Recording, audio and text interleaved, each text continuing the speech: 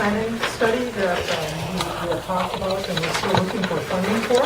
I talked to Jason Lorman. We have a commitment from an anonymous donor for a $50,000 grant from him.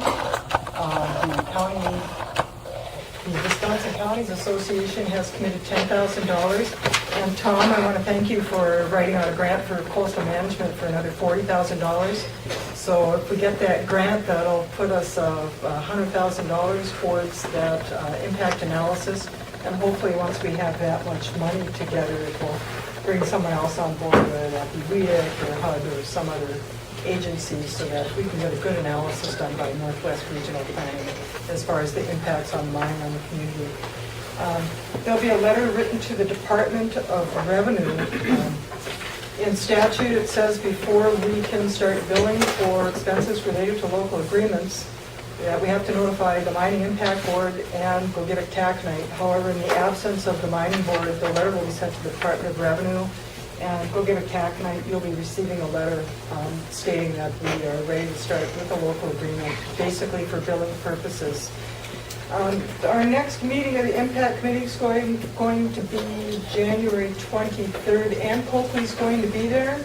She's going to talk about bonding and financial assurances, which is really important if the tailings are to go on county land.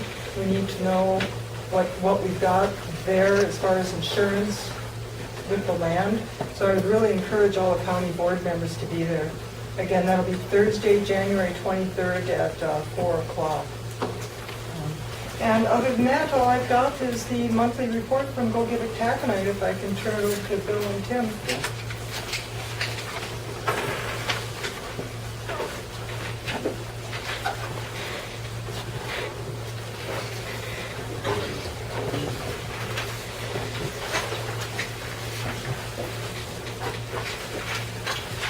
As far as it stretches, and then that's about it, though. You don't get the most important people and they won't be enough. Those guys first, well, I'll get down here far.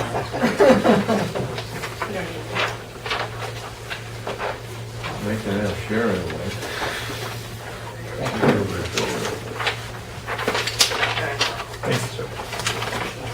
Okay, pretty much outlines what we've done in the last month or so. We've done a bulk sample modification plan. We've reduced it to 3 sites that we'll be going after. Ashland County site is not included in that. This was submitted November 22nd, and we did receive a letter on December 11th from the DNR stating that only a stormwater permit is required. At this point, the Iron County, from their ordinance, does require a completion application form and $10,000 application fee. Once it is deemed complete by the Wisconsin DNR. Now, there's a bit of an issue there. We will be receiving a letter from the DNR basically fulfilling that requirement, but they do not necessarily deem it complete because it's only a plan and not necessarily a permit.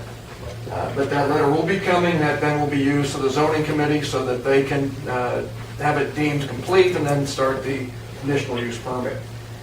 In the bulk sample stormwater permit, we submitted that on December 2nd, and by law, they have 3 weeks turnaround, which would mean it would be expected a response by the 23rd of December. And then just following through the pre-application meetings, we did submit the pre-application form back in June. We had public hearings in August, and we did hold meetings along with the Wisconsin DNR on December 3rd, 4th, 5th, and 6th. And that was to provide the information, the DNR was to provide the information that would be on our application for this project. The meetings were attended by representatives of Blipwick, the Bad River Environmental Department, and the Lac de Flambeau Tribal History Officer. We did have consultants there, which we sat down and had the consultants make some presentations to the DNR and the groups, and they covered such topics as groundwater, surface water, solid waste, air quality, archaeology, natural resources such as the aquatics and such. Within 60 days of this meeting, which would be December 3rd, 4th, 5th, and 6th, it is expected and required by the DNR to provide one, and it's listed here, the primary assessment of the project scopes, which would be in the permitting process study, the approvals that must be required for the mining project, the requirements for submission for submittal of the EIR, The rest of it's in here, you can read that, whatever requirements that they're going to be holding for us. We can move on a little bit into the surface water portion, in which we've already started collecting those on a monthly basis. We are planning a winter drilling campaign. We're preparing an exploration license application for drilling during the winter season. The focus is in the areas primarily that we could not access this summer because of wet conditions. Instead of going through a bunch of permitting issues on wet crossings, we'll wait till they freeze up, we'll get roads across them, move the equipment in, drill the holes, move the equipment out before it thaws up. So we hope to use the winter months for coming to basically take care of that part of it. At the same time, we've also like to do some groundwater wells, which would be part of the data collection that we need for generating the hydrologic model. 4 sites have been proposed. The DNR has asked us for work plans describing the work that is to be performed with those 4 sites. And then, of course, these groundwater wells will be 8-inch diameter holes. They'll take it to the bottom elevation of the proposed pit and obtain the data necessary to input into the model. So that's our activities for this last month, and next month, moving into January and into February, we hope to be doing some field work. Bill, how deep will those groundwater wells go? Pretty deep. They're going to the bottom elevation of the pit. Yeah, So they're going to be about 600 to 800 feet, depending on where you're at. okay. And they're 8-inch diameter. And all 4 of them will be that deep? Yeah, but they've got target elevation. Okay. You're drilling your Orin again? Are you going to Ashland too, as well as Iron County, or you don't know? That we will submit plans for the area that we would like to mine out, that's correct. Okay. That's the same thing you did this summer, basically. If you take a look at any deposit, the drill holes that were outside the area that we're looking at apply to our model as well, and the search parameters of what the iron is doing. So you look for a trending, and that's how you model it. So holes that are even across Baloo or across Tyler help us out in giving us information that will model into the area we're planning on mining. Will that drilling include drilling of the Tyler's Lake for waste rock characterizations? There will be some holes that have that, that's correct. If you go for your bulk sampling and you don't have to blast, you're just gonna go as deep as the whole bucket reaches, right? We'll go as deep as it's broken up. Yeah, get it down to hard ledge. The deeper it is, the cleaner the rock's gonna be. You're gonna have to cut some trees, but not, you're gonna make it like a logging road, just like a logger. It's a logging road, yeah, pretty much so. Okay. Yeah, and anything we put in is temporary. So that means we put it in, then we gotta pull it back out. And then you plant trees and everything. That's correct. Never know you were there. You'll never know it.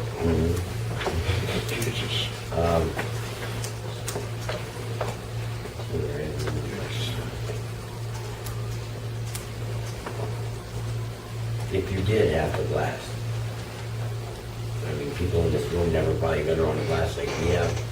It's just gonna be like a little, basically a little popcorn pop. That's it. It'll be a thump. That's it. Yeah. No reach around. No, it's not gonna, Just it's a not loose in gonna the top. shape the earth for you or Yeah. anything, no. Okay. But in the bulk sampling plan, we have both a plan to collect without blasting. If we don't have enough material, we put in there what we would do if we did blast, just to cover what if. But we think we can get the rock without blasting. And then you would remove it as you're digging it, or are you gonna lay it, you don't want it laying around? You don't want it laying around. No, You want to get the snow off, pull it out before it gets a chance to freeze real hard, get her into a highway truck and get her onto the lap. I agree. That's it for me. Okay, thank you. When are you gonna do the bulk sampling again? When or where? When? When we can get approved. Once we've got all the ducks in a row, and once we've got the conditional use set up and all the issues that are outstanding, once those are taken care of, then And then before you do the bulk sampling, the zoning committee is supposed to review the site and after you do the bulk sampling, correct? they're to review it as a conditional use after the state has reviewed the application, or the plan. There is no application, it is a plan. Once it's been reviewed and all the permits that they required us to obtain have been obtained, and the county then has given us a conditional use permit, then we go out and do the bulk sampling. But before the county issues the conditional use permit from the county, the zoning committee has to review the site. Yeah, we would like to go out there and look at it. That was part of the ordinance with the bulk sample. If it's in the ordinance, then yeah, then it's And then it's afterwards. required, yeah. And secondly, what is the status on the supposed lease that GTac has with Iron County on this 3,300 acres? What is the status of the, Where is this at? You have an option, we have an option to lease that can be renewed from year to year. Has this gone through the DNR totally? What do you mean by going through the DNR? Has the land been pulled out of forest crop? No, no. They- Have you paid any rent on this land? Yes, yes, we pay an option to lease, which is based off of, well, I think it's, what, $20,000 every 2 years? Every other year. every other year. Every other year. So we renewed it once already. And correct me if I'm wrong, Tim, but the land will be pulled out of county forest cropland as part of the mine permit process, Not as the process, as but, part of the permitting? well, it's an action that's needed along with the mining permit. Okay. But you need a environmental impact report to be able to pull it out of the county forest. And the work that we do with the mining permit provides that environmental impact report, so it's not a cost to the county. Isn't there one more vote that has to take place from the county board on this? I don't know.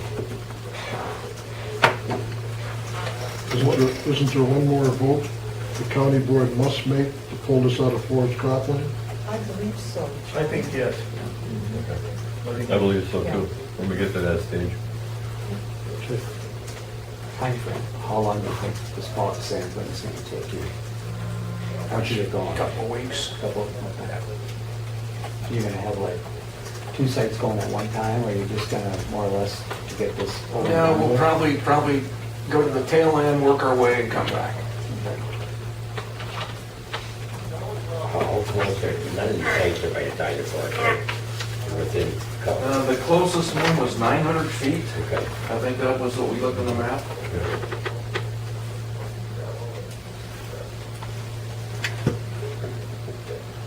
Is that it for your committee? That's it. Thank you. Okay.